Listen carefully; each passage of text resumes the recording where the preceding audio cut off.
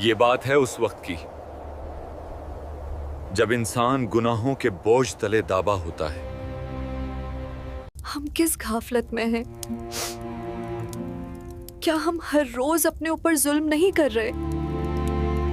ماہ رجب کہنے آیا ہے، ابھی وقت ہے، اپنے رب کی طرف لوٹ آؤ۔ میرے عزیز ساتھیوں، ماہ رجب کوئی عام مہینہ نہیں ہے، یہ مہینہ ہے جسے اللہ نے حرمت والا قرار دیا ہے۔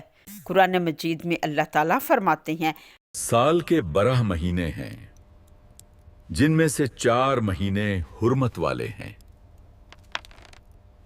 نبی کریم صلی اللہ علیہ وآلہ وسلم نے وضاحت فرمائی، حرمت والے مہینے ذی قعد، ذی الحج، محرم اور رجب ہیں۔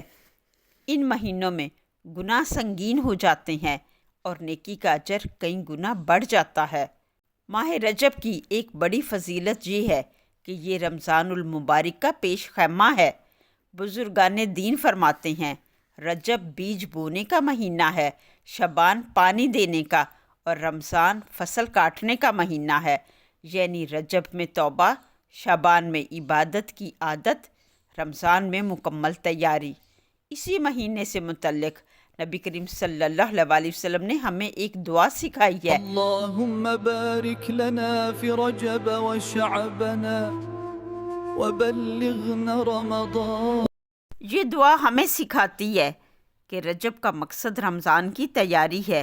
واقعہ معراج اسی مہینے میں پیش آیا۔ ماہ رجب ہمیں یہ پیغام دیتا ہے، گناہوں سے رک جاؤ، اللہ کی طرف لوٹ آؤ، رمضان کی تیاری شروع کرو۔ اس مہینے میں ہمیں نماز کا تحفہ ملا، اور افسوس ہم نماز چھوڑ بیٹھے ہیں۔ میرے عزیز ساتھیوں، ہو سکتا ہے یہ رجب ہماری زندگی کا آخری رجب ہو۔